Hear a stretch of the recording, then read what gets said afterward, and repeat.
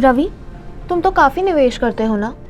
ನೀವು ತುಂಬಾ ಇನ್ವೆಸ್ಟ್ ಮಾಡ್ತಿರಲ್ಲ, ಮ್ಯೂಚುವಲ್ ಫಂಡ್ ಕಂಪನಿ ರೀತಿ ಇನ್ಶೂರೆನ್ಸ್ ಕಂಪನಿ ಕೂಡ NFO ಮಾಡುತ್ತಾ ಅಂತ ಅನಿಕಾ ರವಿ ಬಳಿ ಕೇಳ್ತಾಳೆ. ಹೌದು, ಇನ್ಶೂರೆನ್ಸ್ ಕಂಪನಿಯ NFOಗಳು ಅವುಗಳ ಯುಲಿಪ್ಗಳಿಗೆ ಲಿಂಕ್ ಆಗಿರುತ್ತೆ ಅಂತ ರವಿ ಹೇಳ್ತಾರೆ.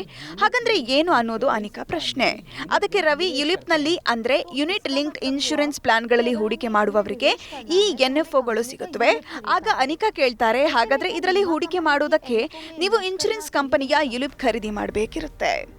ಅನಿಕಾ ಥರ ನಿಮಗೂ ಹಲವಾರು ಪ್ರಶ್ನೆಗಳು ನ್ಯೂ ಫಂಡ್ ಆಫರ್ ಅಥವಾ NFOಗಳ ಬಗ್ಗೆ ಬಂದಿರಬಹುದು.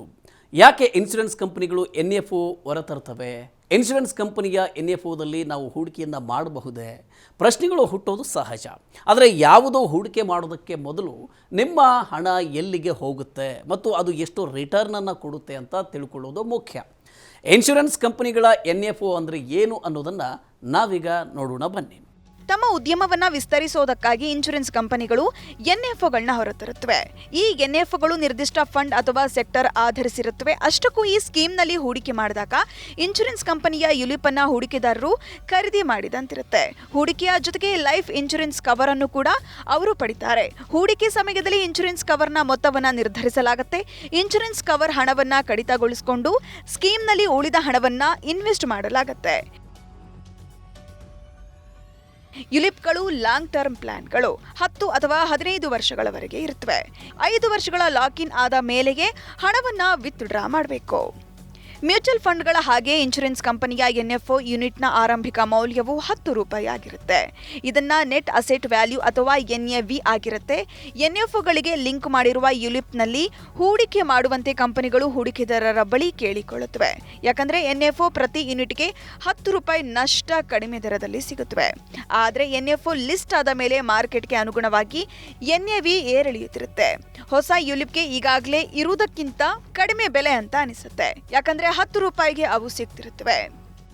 देखिए, किसी भी NFO में जो अट्रैक्शन होता है वो बेसिकली लो कॉस्ट NAV का होता है. यही अट्रैक्शन पे कंपनीज जो है फंड इकट्ठा करती हैं. निवेशक के लिए ये भी एक अट्रैक्शन हो जाता है कि बहुत ही चीपर मिल रहा है. लेकिन किसी भी NFO का ट्रैक रिकॉर्ड नहीं होता है.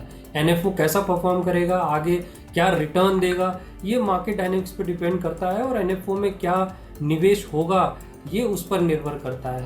तो मेरी राय में NFO में निवेश करना कोई अट्रैक्टिव प्रपोजिशन नहीं है. अपनी फाइनेंशियल प्लानिंग के हिसाब से निवेशक को देखना चाहिए कि क्या उनके पास कोई ऐसी ऑब्जेक्टिव है जो अभी तक नहीं है.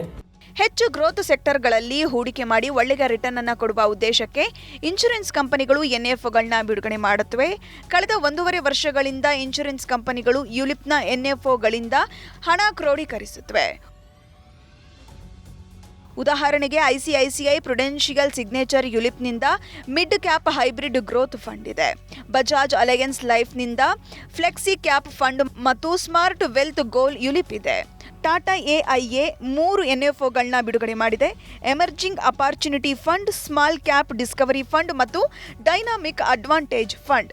ಇತ್ತೀಚೆಗೆ ಮ್ಯಾಕ್ ಲೈಫ್ ಕೂಡ Nifty small cap quality index fund ಬಿಡುಗಡೆ ಮಾಡಿದೆ. लास्ट 1-1.5 साल में कई सारी इंश्योरेंस कंपनी ने, और जो बड़ी बड़ी insurance company ICICI Prudential, Bajaj life, max life, Tata AIA और HDFC लाइफ, इन कई सारी कंपनीज के NFOs आए हैं. इसमें देखिए, कई फंड्स ने बहुत अच्छा किया है, जिनने लास्ट एक साल में 25 से 26% तक का भी रिटर्न दिया है. ठीक है, तो ये तो फंड टू फंड डिपेंड करता है. लास्ट 1 साल में मार्केट भी बहुत रैली किया है, तो ऑब्वियसली रिटर्न उसके कारण भी अच्छे आए हैं. बट देखिए, ये तो अगेन आपके रिस्क एपेटाइट पे, अगर आपने बहुत हाई रिस्क वाले थोड़े फंड में इन्वेस्ट करा है तो ऑब्वियसली आपको लास्ट 1 साल में बहुत अच्छा रिटर्न आया होगा, क्योंकि मार्केट बहुत बड़ी है लास्ट 1 साल के अंदर. और अगर आपने डेट या बैलेंस फंड में करा होगा तो 12 से 13% के आसपास का रिटर्न आया होगा. बट देखिए, इसमें कोई गारंटी रिटर्न की नहीं होती है, तो मार्केट परफॉर्मेंस पे डिपेंड करता है. ನೀವು ಯುಲಿಪ್ ಖರೀದಿ ಮಾಡುವಾಗ ನಿಜವಾಗಿ ಇನ್ಶೂರೆನ್ಸ್ ಪಾಲಿಸಿ ಖರೀದಿ ಜೊತೆಗೆ ಹೂಡಿಕೆಯನ್ನು ಮಾಡ್ತಿರ್ತೀರಿ. ಆದರೆ ನೀವು ಎರಡಕ್ಕೂ ಹಣ ಕೊಡಬೇಕಿರುತ್ತೆ. ಇನ್ಶೂರೆನ್ಸ್ ಕವರ್ಗೆ ಮೋರ್ಟಾಲಿಟಿ ಚಾರ್ಜ್ ಅನ್ನು ಪಾವತಿ ಮಾಡಬೇಕು. ಲೈಫ್ ಕವರ್ ಕೊಟ್ಟು ನಿಮ್ಮಿಂದ ಈ ಹಣವನ್ನು ಕಂಪನಿಗಳು ವಸೂಲಿ ಮಾಡಿಕೊಳ್ಳುತ್ತವೆ. ಈ ಹಣ ನಿಮಗೆ ವಯಸ್ಸಾದಂತೆ ಹೆಚ್ಚುತ್ತದೆ.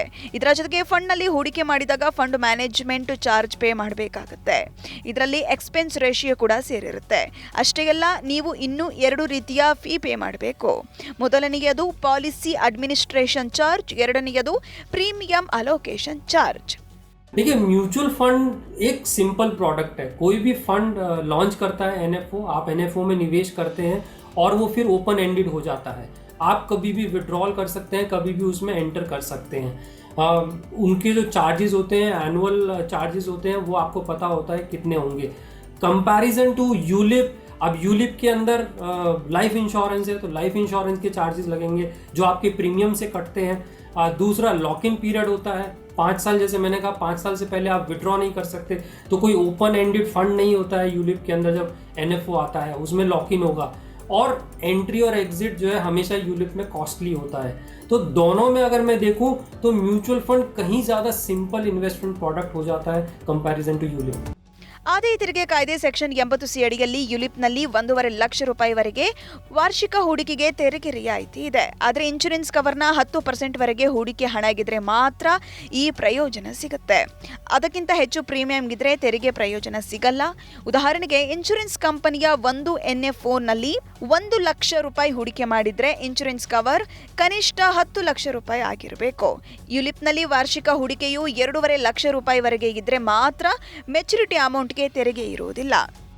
ಇನ್ಶೂರೆನ್ಸ್ ಕಂಪನಿ ಮತ್ತು ಮ್ಯೂಚುವಲ್ ಫಂಡ್ ಕಂಪನಿಯು NFO ಮಧ್ಯೆ ಏನು ವ್ಯತ್ಯಾಸ ಇದೆ ಅಂತ ಅರ್ಥ ಮಾಡಿಕೊಳ್ಳೋಣ. सबसे बड़ी बात कि बीमा और निवेश, इन दोनों को कभी मिक्स नहीं करना चाहिए. बीमा अगर आपको लेना है तो टर्म इंश्योरेंस के थ्रू ले, जिसमें आप कम प्रीमियम के साथ ज़्यादा बीमा ले सकते हैं. और अगर आपको निवेश करना है तो म्यूचुअल फंड और इस तरह के प्रोडक्ट्स को देखें जो कि सिंपल होते हैं और ओपन एंडेड होते हैं, जो मेरे लिए सबसे बड़ा फीचर है. ಟರ್ಮ್ ಇನ್ಶೂರೆನ್ಸ್ ಇನ್ನೂ ಚೆನ್ನಾಗಿದೆ. ಸಾಕಷ್ಟು ಇನ್ಶೂರೆನ್ಸ್ ಕವರ್ ಅನ್ನ ಖರೀದಿ ಮಾಡಿದ ನಂತರ ಉಳಿದ ಹಣವನ್ನ ಮ್ಯೂಚುವಲ್ ಫಂಡ್ ನಲ್ಲಿ ಹೂಡಿಕೆ ಮಾಡಬಹುದು. ಅನಿಕಾ ರೀತಿ ನೀವು ಕೂಡ ಇನ್ಶೂರೆನ್ಸ್ ಕಂಪನಿಗಳ NFOದಲ್ಲಿ ಹೂಡಿಕೆಯನ್ನು ಮಾಡಬೇಕು ಅಂತ ಯೋಚನೆ ಮಾಡಿದರೆ 10 ಅಥವಾ 15 ವರ್ಷಗಳವರೆಗೆ ULIP ಜೊತೆಗೆ ಟೈಅಪ್ ಆಗುವುದಿದ್ದರೆ ಮಾತ್ರ ಹೂಡಿಕೆಯನ್ನು ಮಾಡಬೇಕು.